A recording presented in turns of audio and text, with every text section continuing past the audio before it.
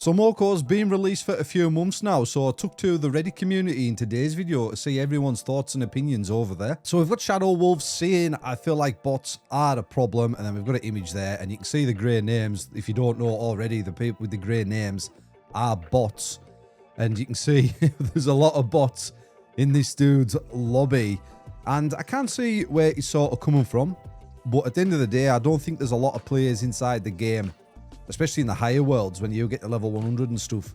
Imagine being in that world on your own, trying to farm daily jobs and things like that. It's really difficult. So they do need the bots there at the moment until the player base grows. Hopefully, this won't be much of a problem. And you can see here, Agreed playing at night is awful just because of how many bots instead of real people they are. But like I was saying, as the player base grows, I don't think this is going to be much of an issue. And if someone wants to use a friend link to teleport into a zone, a bot must teleport out so we don't get an error message that the zone is full. And that's actually a really good point, because sometimes your friend might say there's a mega on me, so you go to teleport to his area. It says location full. Now, I don't know if that's true. Is that the case? Let me know in the comments. That if there is a lot of bots there that take up player spaces, a player can't get there.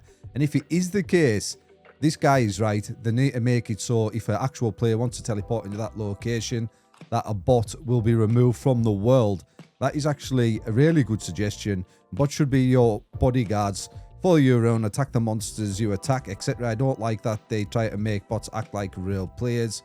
I sort of get that. And then we've got bots risk their life for taking down OC bosses without us. That is true. So we have the bots to thank a little bit. What did I witness? And we have an image here. What is that? Let's click and see. It just looks like an emblem. A blank emblem. They've circled it and said what. Just looks like a visual bug. I can see you fighting a mega charge there. You see on the map. And there's a lot of players around. Might just be a bit of a server delay, a bit of a weird things going on, because there's a lot of players in a mega charge fighting in that area, which sometimes is the case. And I can also say my buddy Tin Man there as well. Oi, oi, Tin Man, if you're watching. But yeah, it just looks like a visual book. Nothing to write home about. As the game progresses and develops, all these sort of things will be ironed out. Better luck next time. You can see we've got a screenshot of your Hunt Chaos Jumpers in any map. 99 out of 100. Rip, we've all been there, my friend. This is why I liked my suggested 100% honest review video. If you haven't watched that, I suggest you check it out after this, because I do have a sort of an idea on how to deal with that. Because it is a pain when you're farming these projects and you see one pop up on your minimap, so you're running there to try and kill it so you can complete these projects to get your XP, and the other player beats you to it, and you don't quite get it done for this reason. So I have talked about that in my 100% honest review video. Check that out after this one if you haven't already. Have you guys seen this before? Let me have a photo attached, and I'm not sure what I'm looking at. Maybe this thing, but we've got another blank emblem here as well, like we did see in the earlier post. And I'm not sure what we're looking at here. There's no context to that picture, and someone says this thing is new in game, probably a bug, but please, you have to be a hint or sneak peek. If only, but I don't know what we're looking at here. Is it this thing here? Can't sort of make out what that is just looking at it. But I haven't seen this personally in game. Let me know if you guys have, but there's not much context to that photo there. Someone's hoping for a sneak peek. Mega didn't drop any XP. We just killed a level 65 Mega at Castle Walls, but after it died, it simply didn't drop any XP, shards, or cause, nada. And I was not only out of battle XP yet, and a lot of players were using angry emojis, so it looks like it happened to them as well. Yes, this has happened to me before. This does seem like a bug in game when you kill, I'm assuming, certain megas in certain worlds. Just doesn't drop anything. This happened to me last week, so you're not the only one. It is a bug. The team will iron that eventually, so sit tight. Why the Moco does the heavy jumper need to stun 4 times in a row? The devs even play this game. What part of getting stunned 4 times in a row sounds like fun? That's literally perma-stunned until death. Why would you guys want that for your players? So yeah, the latest KPI dropped, and I think it said something in the latest KPI that they are going to sort of rebalance monsters, or monsters in worlds sort of thing. Can't remember exactly what it said, but I'm sure it said something along those lines. So probably things like this, obviously, as people play the game and they gather data and feedback on stuff on actual play tests with the game being out live now, they'll probably rebalance certain things like that. But I do agree, like again, in my 100% honest review video, I talked about something like this as an issue in the game. You just can't avoid some of it. It makes it unfun at times, but I do agree with that post in a sense. But like I said in the KPI, It looks like they are on top of it and they know what they're doing, so sit tight. Armor from monsters. I think it'd be a cool idea if a certain large monster drops some sort of monster parts that could be collected. And after you collect a certain amount, you could craft cosmetics that are designed off how that monster looks. This would allow players to continue playing the game after hitting XP limits, and it would improve player retention. Thoughts? Actually like this idea, Lizard Man. I think this is a really cool idea. Like you said, once you've done everything in game, players might think, oh, I need to collect X amount of cosmetics off this monster to craft the body cosmetic, and then I've got to go back and kill it X amount of times to craft their head cosmetic. And I actually really like this concept. I really think this is a cool concept, and hopefully, you know, I like it that much that the devs read this and they take something from this, and I might add something like this into the game in the future. Who knows? So legendary outfit after 11 pulls. You can see here bottom left, 11 pulls out of 32. He has got the riot body piece and helmet after 11 pulls.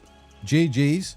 This is why I don't like this system, because someone might buy the more gold to spend to try and get that cosmetic set, pull it on the last score, whereas someone else might pull it on the 11th go. It turns out that it's cost another player way less money than another player who pulls it on the last score. That's why I don't like these gacha systems. But I'm happy for you, man. Mortgage thick. I'm happy for you that you've pulled it early. But yeah, this is why I don't like these systems. Never have, never will. XP timer too short. I'm late at the party, but I just wanted to chime in. At level 21, it'd take me less than 2 hours a day to completely drain my battle XP. I understand why we want people on a level playing field, and it's admirable. But this much restriction seems heavy-handed. It implies that eventually, at high levels, we'll burn through a whole day's battle XP in half an hour or less. Sometimes 2 minutes. Sometimes you can get your whole daily XP done killing one monster when you're up at my level. That's barely enough time to get settled in for an evening of fun. It's not even a lunch break. It's like we're not welcome to play. And yeah, I totally agree with these posts as well. Like I did say in my honest review video, I touched on this. I don't know why it's so short. You're just deterring players from playing or shortening play sessions. But this ties into maybe endgame as well, because you don't just want the thing in game is level. You don't just want that to be the optimum focus, is player level. You need other things in game for players to do. So going forward, they could have an XP limit there, but also something else worth grinding for in the game. So when you do reach your XP level, you can go back and do this certain thing in game to try and get a reward or a skin or things. Or even like we touched on in an earlier post from that user with the cosmetic idea, from killing the boss where you can craft the cosmetic from killing a boss certain amount of times to make the cosmetic look like the boss. So you could even do things like that. That's why it's important to have things in the game and end-game content. But the team does know this. The team does know this, and they will be working on it going forward, I'm sure of it. One skin. We have a post saying one skin, and this is the new Shard Hunt Pass. Yes, it is one skin. I did touch on this in the video I released yesterday about this pass. You do only get one cosmetic, whereas the previous one, I think it had 4. You had 2 body pieces and 2 head pieces, but they were only epic rarity. In this pass, we've got the one skin, but it is a legendary skin, which looks absolutely awesome. I just feel it's missing the headwear personally, but the skin itself looks awesome. And I think that's why there's only one cosmetic in this pass, because it is a legendary rarity. And again, you guys let me know, would you rather have one skin in the pass and be a legendary, or have, say, 4 like the previous pass and then be epic? I personally would rather have the one skin and be a legendary one, because they do look much better, I think. But again, you guys let me know. So that's why it is one skin in that pass, I believe. Late game kind of sucks. This game has a lot of potential, but the reality is there's just not much fun once you get to 70, 80 level mark. Dojos under 1 minute become a matter of complete RNG, and reefs are actually impossible unless you have a good team. Yeah, that's kind of true. Even if you have a good team, it's basically still a matter of RNG with crits. I want to keep playing, but it's kind of pointless for me at this point. Worlds are fun, but even those are just repeats of what you've already done, but with a new reskin of a boss you've already seen 100 times. Just feel like the game needs more. Yes, that is true. We need more end-game content. I will say though, there is a bit of skill element in the riffs. It's not just the RNG look with that. These certain strategies and that players have worked hard to get down certain strategies in certain riffs, certain builds. I mean, they're critical. They play such an important part in the riff runs and stuff. and players have put a lot of time and effort into getting these techniques and methods down to beat the rifts in certain times, along with the builds. And same with the dojos. Same can be said with the dojos. There's certain strats for dojos that are just better than others. A lot of players, including myself, have played the dojos a lot and worked out the best, probably most reliable strategies for the dojos. One of the parts of the game I actually do enjoy is the dojos. But you are right with the end game content. We need something in place. Again, this is why I suggested a mega rift that you can fight at like level 80 plus. That's like an 8-man rift, and the boss drops a certain weapon or cosmetic or ring or gadget or passive. I just think it would be better with a weapon. More players would want to play and take down this mega rift boss. Once you get a level 80, you can attack it. So then players are going to want to grind at least level 80 and play to try and take down this mega rift boss, to try and get this weapon. That might be enough incentive for players to play the game more and for longer play sessions. And like we said before, once the daily XP cap is depleted, it gives them something extra to do in the game. But you're not wrong, and the team knows this. They did say in the latest KPI, it is still a new game, Chapter 1. And like I said, if you look at Clash of Clans in its first ever release, Season 1 of Clash of Clans, to where it is now, you've got to give the devs time to cook, get feedback, implement things to the game, to evolve it to the game it really wants to be. And I think the foundations are there for this game to be an absolute awesome game in its genre. I really think the foundations are there. We've got a good team. Supercell know this, so just sit tight, and I think we'll get there sooner rather than later.